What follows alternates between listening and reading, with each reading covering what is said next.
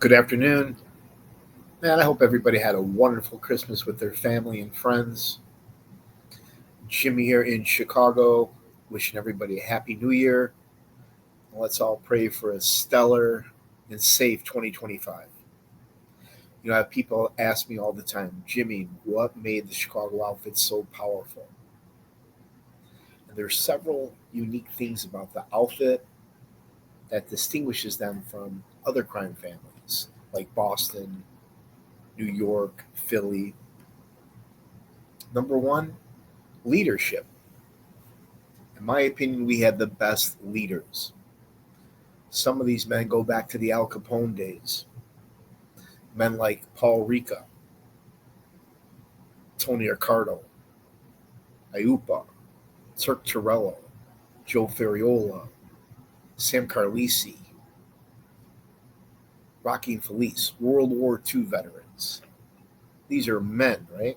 Leaders.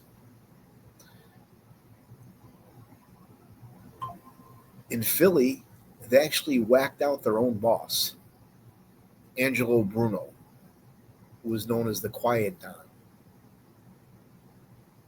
And in the 80s, the John Gotti, Frankie DeCicco whacked out Big Paul Castellano, boss of bosses, boss of the Gambinos, the largest crime family. That's unheard of in Chicago to whack out a boss, with the exception of Sam Giancana. But he wasn't a boss when he got clipped. He was shelved. So we had great leadership, right? Another thing is the Chicago mob did not get involved in drugs. Now there's a few guys like Junior Calabrese, Michael Spilatro, and a handful of others that I'm sure dabbled in cocaine and pills back in the day.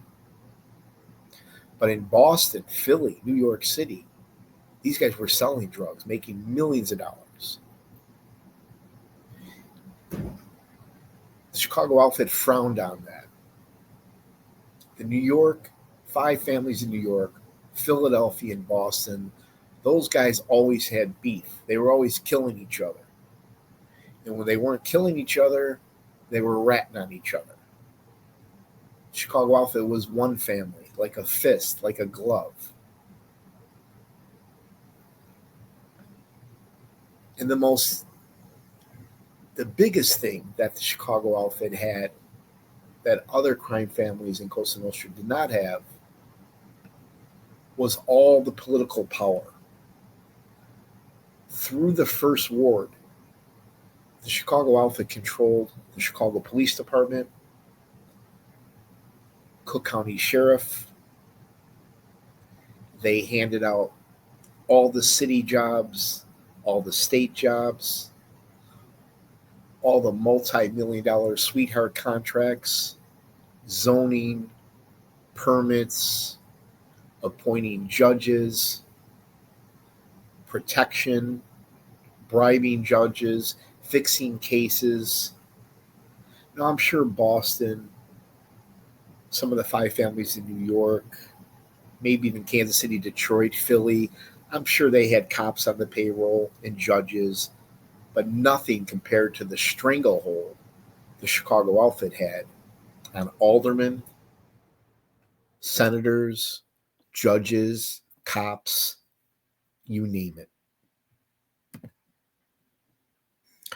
That was a small group, almost like a fraternity, right? That controlled the First Ward. And like the late, great Joe Lombardo said when he explained to the ladies and gentlemen in the jury, that in Chicago you got 50 aldermen. Those are like 50 mini mayors that report to one mayor. And if you wanted to get some zoning done, if you wanted a job, if you wanted a permit parking, a liquor license, or even a remote dice game, you had to go see the alderman. According to Joe Lombardo, it was the alderman that controlled the city of Chicago, not the Chicago outfit. But in this photo here, these men here, you're looking at some of the most powerful men in the city, in the state. The guy standing up with the glasses smoking a cigar, that's Pat Marcy, made member of the Chicago outfit, powerful alderman in the first ward. Everything went through him. Standing next to him, the short guy with the white shirt and the sport jacket draped over his arm, you got Alderman Fred Rohde, made member of the 26th Street crew, also part of the powerful First Ward. The next two guys I don't recognize. If you know who they are, please enter the names into the comments. It looks like Angel the Bull, but I don't think it is. And then the other guy I recognize standing in the black suit with the black sunglasses, you got John DiArco Sr. So these men right here handed out all the sweetheart contracts, handed out jobs like candy to their family, to their friends, appointed judges, bribed judges, steered legislation their way. They pretty much controlled the city of Chicago and the state of Illinois.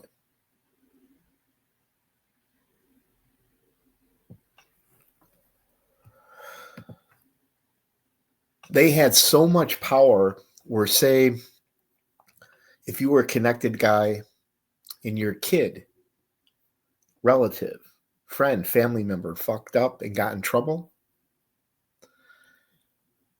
they would actually bribe the judge and find you not guilty. Prime example, in the 70s, an old friend of mine, the late Rocky LaMattia. He's the son of Shorty LaMattia, close associate of the 26th Street crew. Years ago, he accidentally killed his girlfriend right there in Bridgeport. It was a tragedy. The whole neighborhood was shook by this. Rocky LaMattia turned himself in, and through the connections through the First Ward and the 26th Street crew, the judge was bribed and found Rocky LaMattia not guilty. That's how much power the First Ward had. You could literally bribe a judge and beat a murder rap if you were connected. But God bless the DiCarlo family and the LaMattias. Tragic story. Now here's one of my favorite photos. You got a colored photo of John DiArco Sr. And I love the old slot machine right there in the background. Now, DiArco, this guy goes back to the Al Capone days. He was born March 27th, 1912. His family came from Italy, and they settled on the west side, the near west side, in the old Taylor Street patch. Now, DiArco Sr., he was a highly connected politician. He was involved in organized political corruption, little illegal gambling, and prostitution. Grew up in the 20s, in the Depression, and also during Prohibition. And it's funny because he kind of resembled Al Capone. He was able to run for office because he had no criminal record. Now, this guy rose through the ranks, became a very powerful politician. By the 50s, he was a powerful Democratic ward boss of the First Ward. He also provided protection to the Chicago outfit, mostly by bribing corrupt city officials.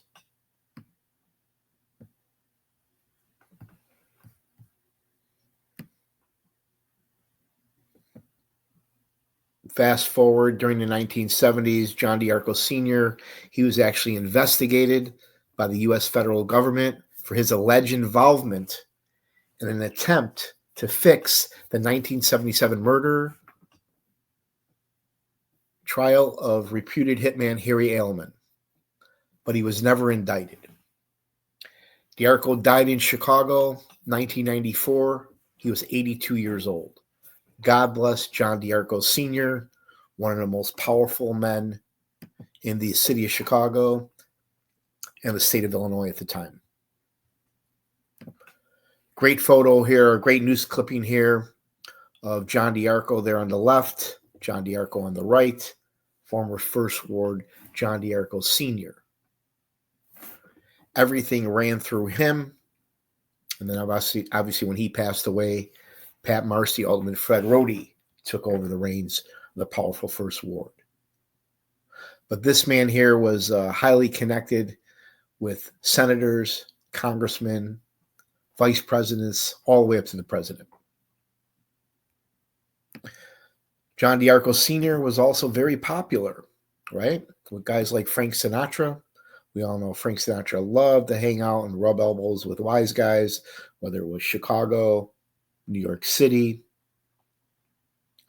But D'Arco Sr., not only was he powerful, but he was very popular with a lot of business owners, actors, entertainers in Hollywood, professional athletes, VIPs.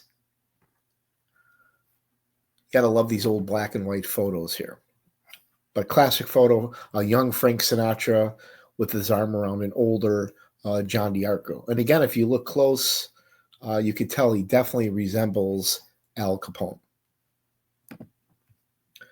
Another great photo here, black and white photo of John D'Arco and his family. Not only was he a powerful politician, but he was a family man. And people forget this, especially some of the government's informants. When they decided to flip, wear a wire, and cooperate with the government because they don't want to go to jail,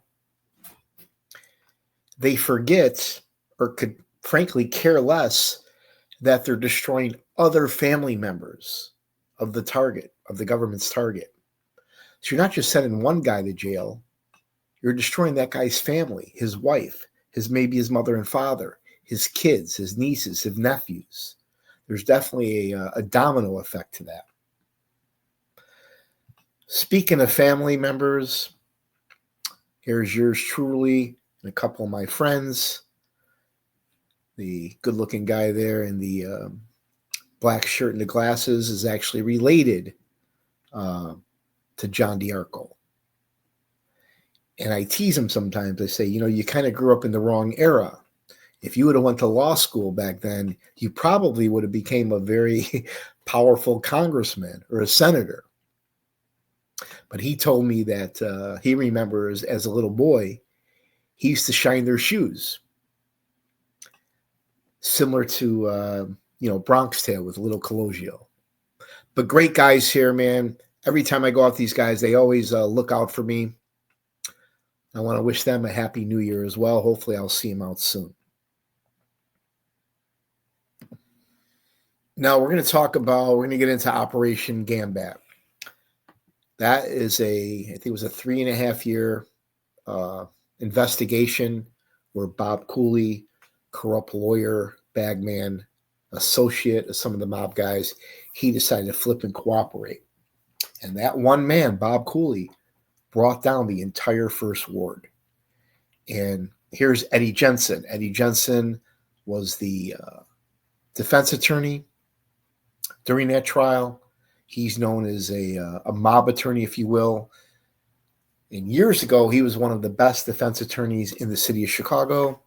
I've seen him several times represent several mob guys back in the day, but I will never forget seeing him when he represented Frankie Caruso Jr. at the 26th in California courtroom. Frankie Caruso Jr. and his friends beat up Leonard Clark, and they got in a lot of trouble. Eddie Jensen was older at the time, and he was zipping around in his wheelchair. He's quite the character, like most defense attorneys are. He's talkative, and he's actually approachable. I went up to him one day after court outside the county building, and I asked him if I could possibly talk to the Caruso family. I had some things I wanted to bring up to them during the trial. And he told me, he kind of yelled at me and said that they'll never talk to you. And he's probably right.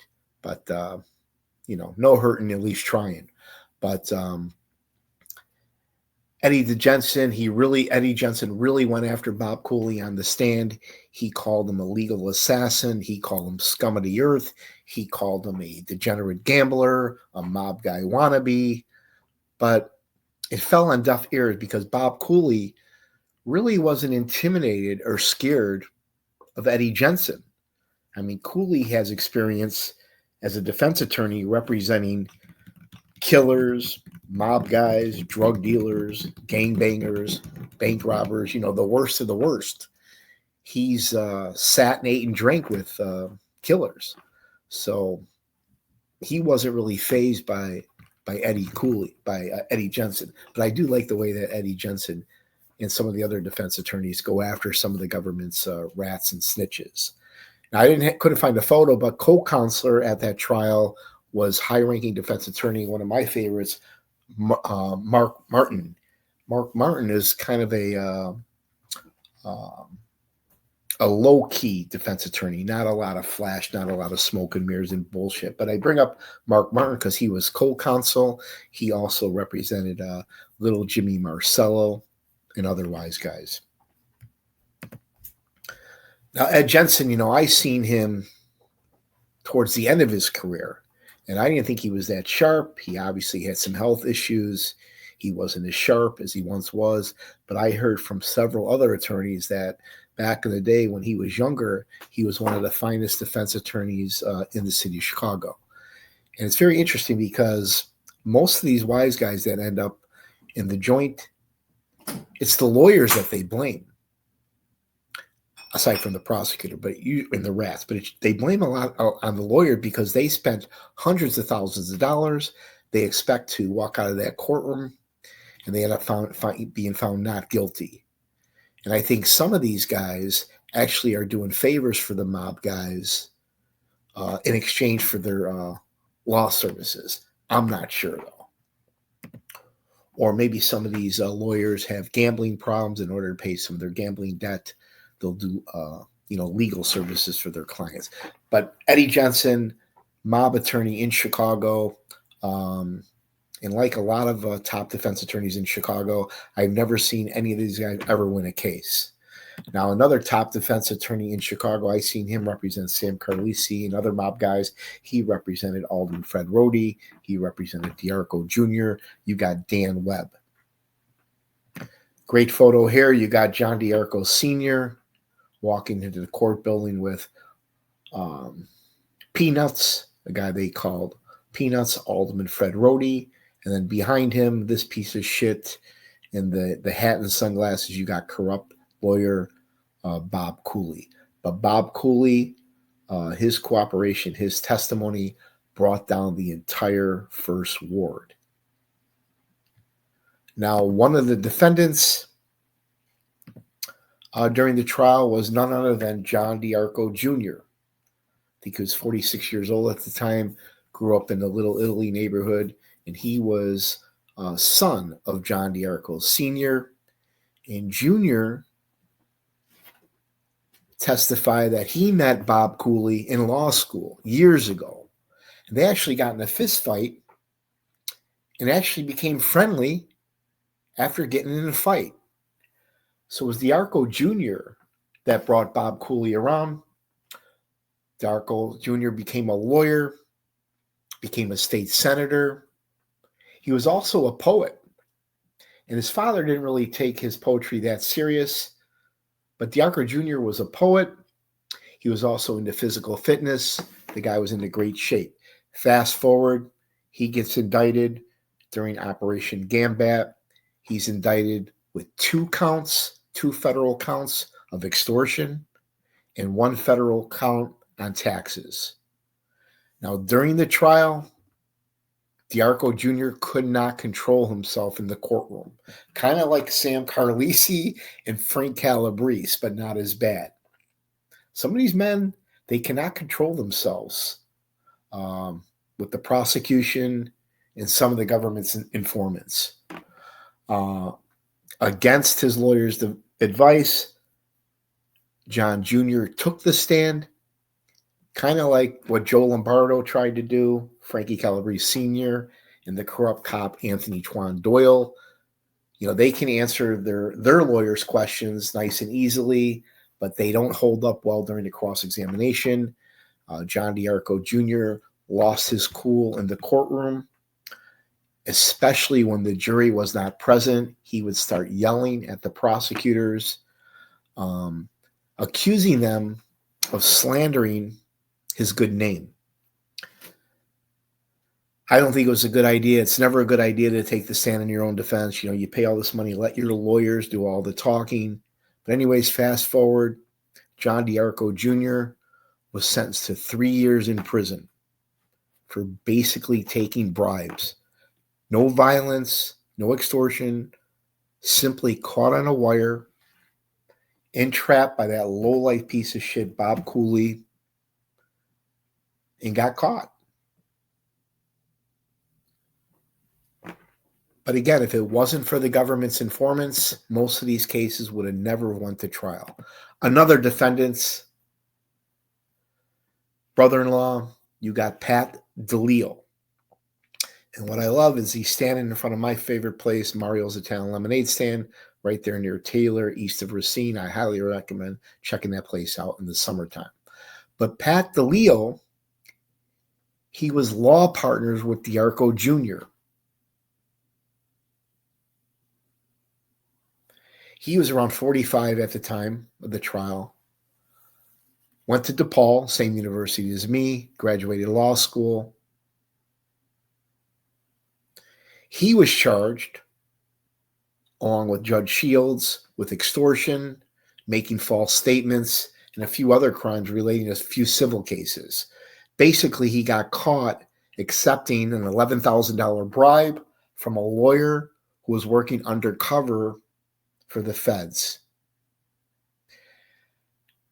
DeLeo's lawyer, defense, tried to say that was a payment for a legal fee. Now, at sentencing, he was 45 years old at the time. He kept his composure. He apologized, unlike most defendants, and he showed a little remorse, and he admitted, he said he knew it was wrong when he took the $5,000 from Bob Cooley.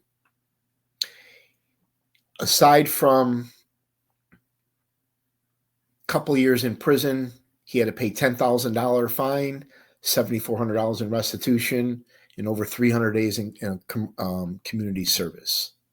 But God bless Pat DeLeo, and hopefully he's doing well.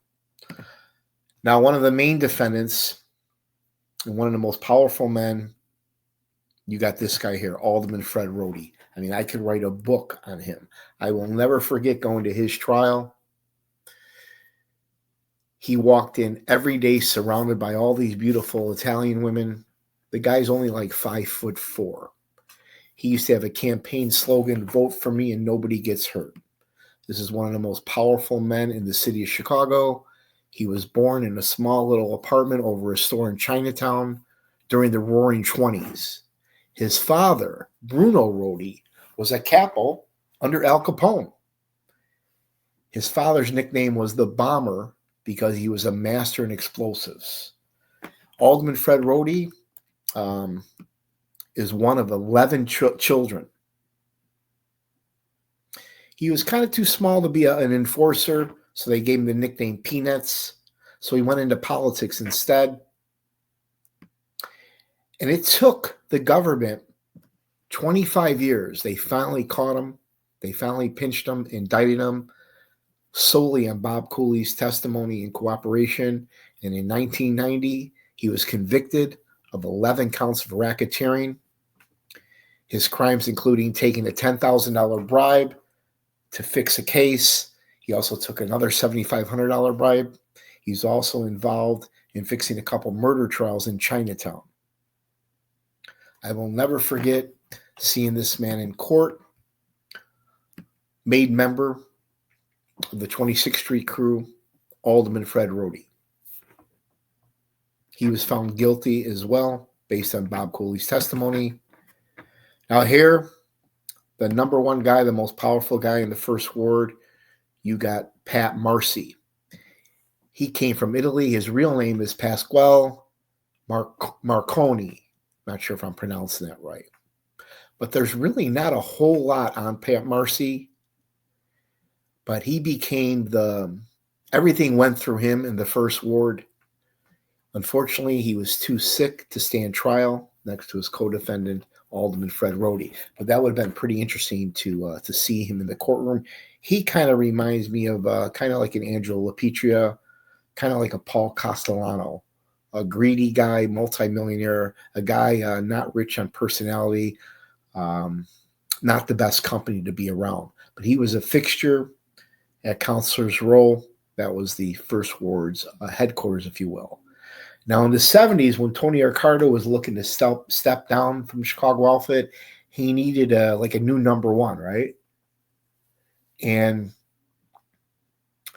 we all know that Sam Giancana knocked down John DiArco Sr., and then Accardo knocked down Sam Giancana, eventually had him clipped. So Tony Accardo was kind of prepping, grooming Pat Marcy to be his number one. But unfortunately, he had health issues. And when I remember he was I think in his late 70s, the guy used to commute from his home in Hinsdale to his office in the First Ward in the Chicago Loop. And he was known, he told Bob Cooley one time, nobody would dare fuck with us. And that kind of stuck with Cooley, and that kind of motivated Cooley to flip. Meaning Cooley thought, oh, yeah, that's what you think. But if Pat Marcy, Alderman Fred Rody, Harry Aleman, or anybody would ever have caught Bob Cooley with that wire, you can just imagine what would happen to Bob Cooley. Now, why Operation Gambat investigation was going on? Again, Cooley was working undercover for the feds for 3.5 years. They had another investigation going on, and they actually planted a bug inside one of the booths, one of the tables where the First Ward held court.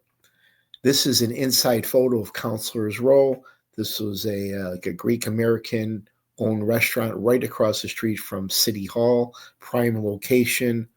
All your politicians, aldermen, mob guys, contractors, businessmen, crooked cops, they all had coffee and hung out here. This was like the headquarters of the First Ward.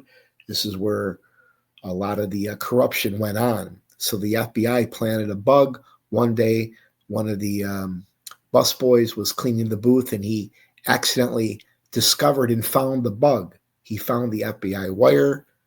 The media got a hold of the story, and all hell broke loose after that.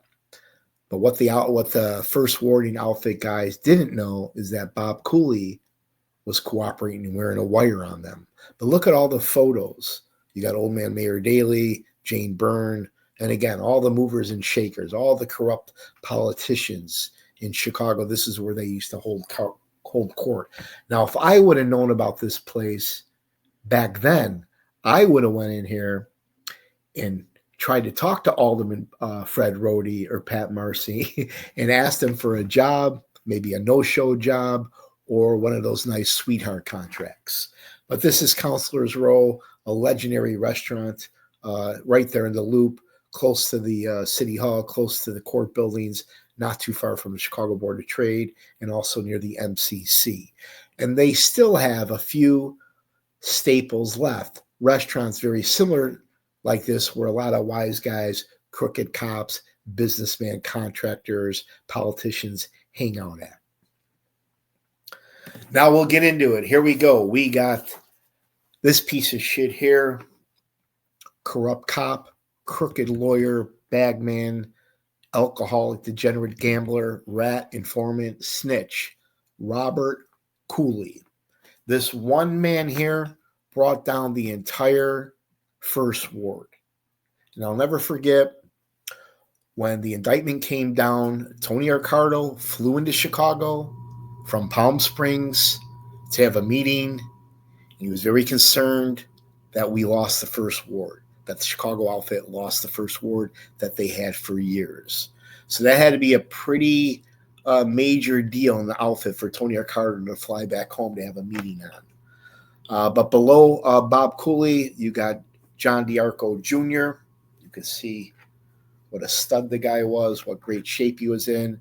Then you've got just one of over 100 crooked Cook County judges. Half of them were drunks.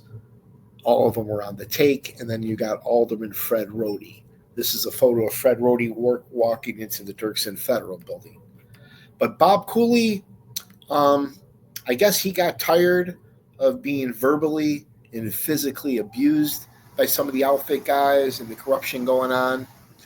And he decided to flip and cooperate. He was working undercover for the FBI for 3.5 years, secretly recording and bribing corrupt officials, Judge Shields, Judge Frank Wilson, Alderman Fred Rohde, Senator John DiArco Jr., Pat Marcy, Pat DeLeo, all these men Cooley entrapped. Not sure how this lowlife lives with himself, because it wasn't just DeLeo, DiArco, Alderman Fred Rohde, and Pat Marcy. He just didn't send them to jail and ruin their lives, but at their families he destroyed as well. Now, according to Bob Cooley in his testimony in his book, he claims one day he woke up out of the clear blue and he drove to near Roosevelt and Damon, not too far from the United Center, where you have the beautiful state-of-the-art FBI headquarters is, the Chicago headquarters. He walked in there unannounced with no appointment, asked to see an agent. He sat down with the agent. They said, "How could we help you?" He said, "I need your help taking down the first ward in the Chicago mob." The agents at first didn't take him serious, and that was the start of his cooperation. Now, there's a few things, though, that Bob Cooley forgot to tell the government, forgot to put in his book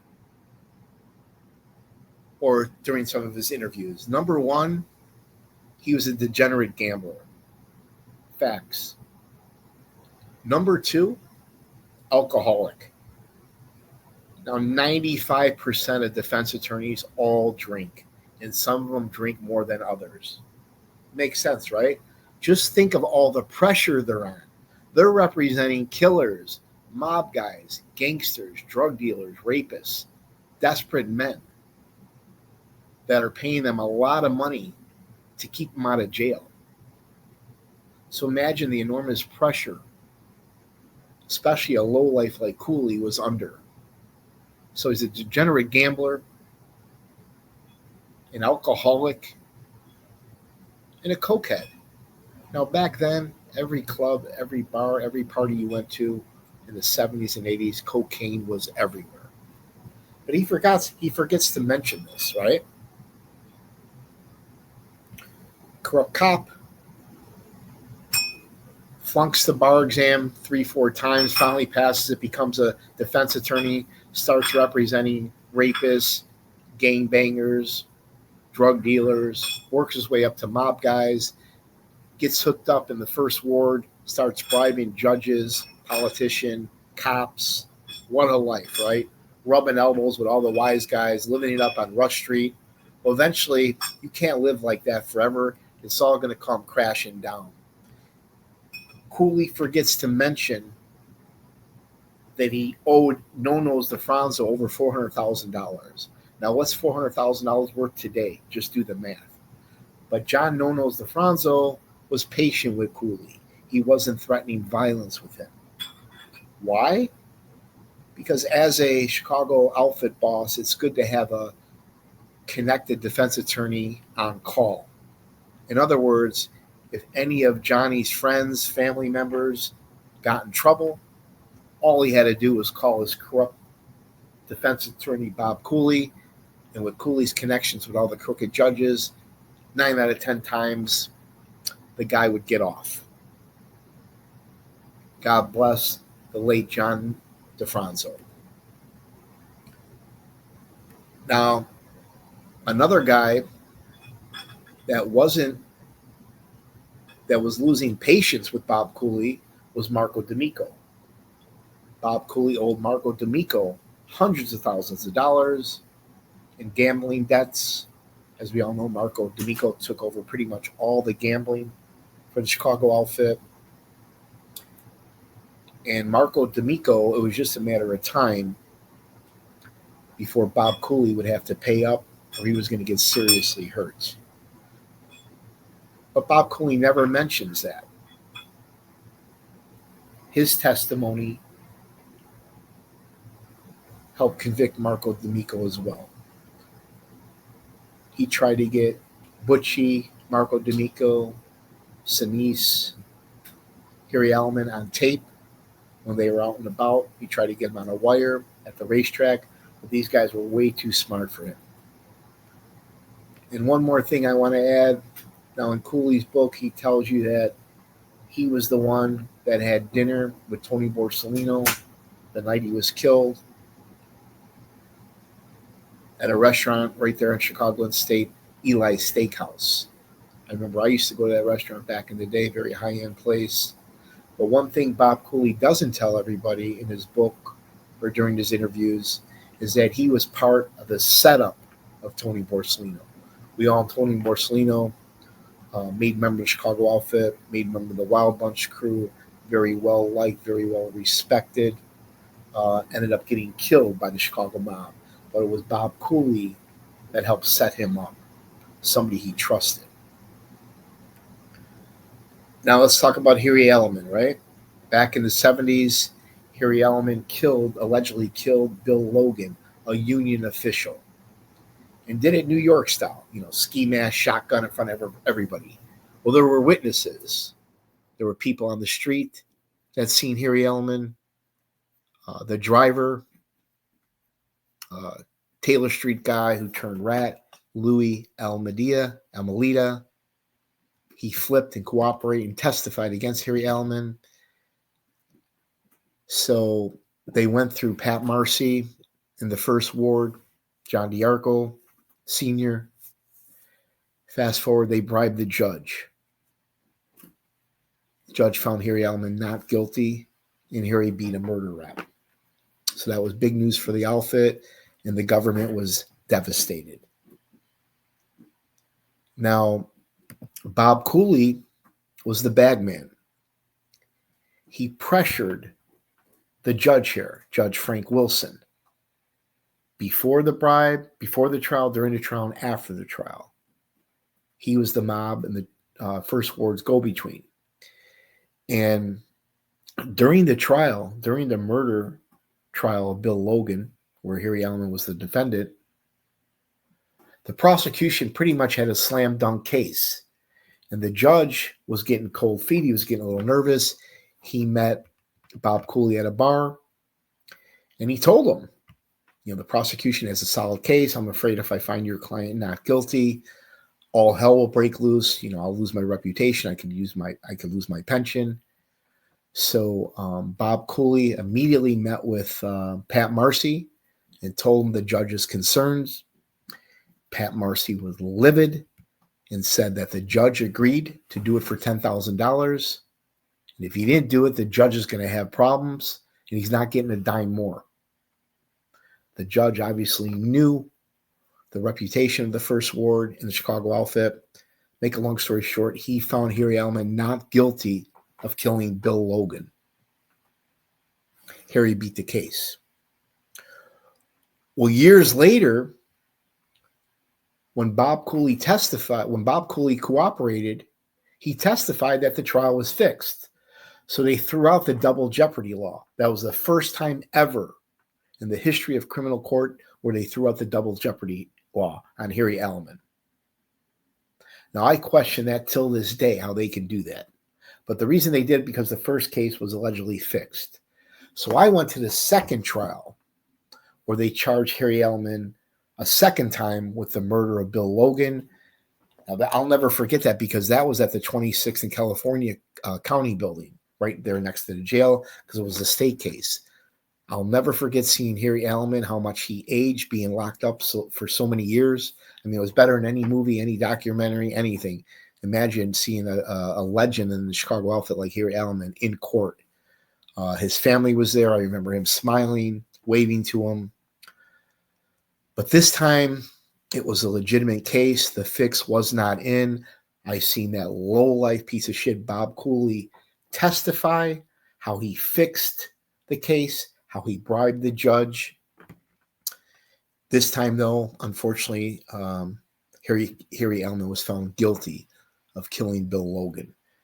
And shortly after Family Secret trial, I actually went to Harry Aleman's wake. But God bless Harry Aleman, his family, and all of his victims. Now, here's the judge, right? This is just one of over 100 crooked Cook County judges. Through Greylord, through Operation Gambat, they all eventually got indicted. Years later, or no, shortly after the trial, Bob Cooley testified that he met at a bar, or no, he met him at a real smelly, stinky bathroom in the county building, and he paid him the remaining balance of the bribe. And Bob Cooley testified that the judge appeared to be half drunk. Now, keep in mind, this is in the early afternoon, and the judge is already drunk. Bob Cooley said Judge Frank Wilson appeared to be a broken man. The judge had tears in his eyes. And when the judge took the final payment, he told the lawyer, "You destroyed me." And he absolutely did. Not only did Bob Cooley destroy Harry Aleman, but he destroyed Harry Aleman's family. He destroyed this judge and other judges and their families, as well as Alderman Rhodey, D'Arco, DeLeo, Pat Marcy, etc. Years later, the judge is retired in Arizona, and he committed suicide. I definitely blame Bob Cooley for part of that. Not all of it, but definitely part of it. Another little white lie Bob Cooley tells is he claims one night he got a call from John D'Arco Sr. down at his home in Florida, and that Sr. was having a problem with one of his neighbors. I think the guy threw a rock or threw a brick through the window. So Bob Cooley testified he jumped on a plane, flew down to Florida, met with D'Arco Sr., and then he went next door to knock on the neighbor's door to find out what the problem was. Well, I guess the neighbor was DuPont, the famous chemical here, multimillionaire, an heir of the DuPont family.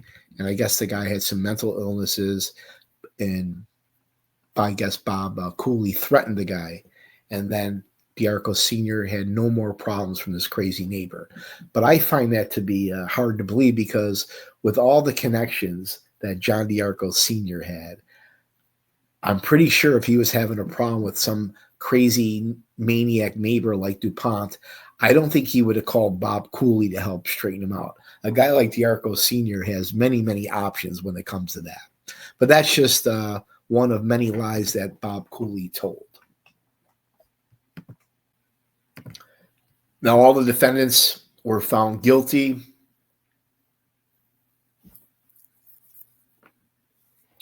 There was over 90 public officials that were indicted, 17 judges, 48 corrupt lawyers, 10 Chicago cops, 12 Cook County sheriffs, 12 court officials, and 1 state legislator were all convicted. 3 of those judges, including Judge Frank Wilson, committed suicide. But that was the good work of Bob Cooley, his cooperation, his 3.5-year undercover work with the FBI, destroyed many people's families, including his wives, children, siblings, and others. But that's the powerful First Ward. Once the Chicago outfit lost the powerful First Ward, they never recovered from that. After that, they had trials like the Gus Alex Trial, Sam Carlisi Trial, Good Ship Lollipop Trial, Family Secrets Trial, and that pretty much devastated what was left of the Chicago outfit. But like my dad used to tell me, don't ever feel sorry for these guys. These guys had a hell of a run. I can't tell you how many guys in my neighborhood all have city jobs. Most of these guys are retired. And some of their family members even had no-show jobs, not counting guys that I know whose family members work for the state of Illinois and have gotten big-time sweetheart contracts from the city of Chicago. But the Chicago's First Ward controlled everything in the city and the state of Illinois. But again, nothing good lasts forever. And one man, Bob Cooley, crooked lawyer, degenerate gambler, decided to cooperate and brought it all down. Thanks for watching. Hope everybody has a safe and happy new year. If you like my Chicago mob trial stories, hit the like button, subscribe, share with your friends. I could use some more subscribers. I got new content coming up. And for you haters out there, let's start the new year off to the right foot. Save up some money and take the old lady, maybe take her to Vegas on a nice little cruise. Take care, guys. Ciao.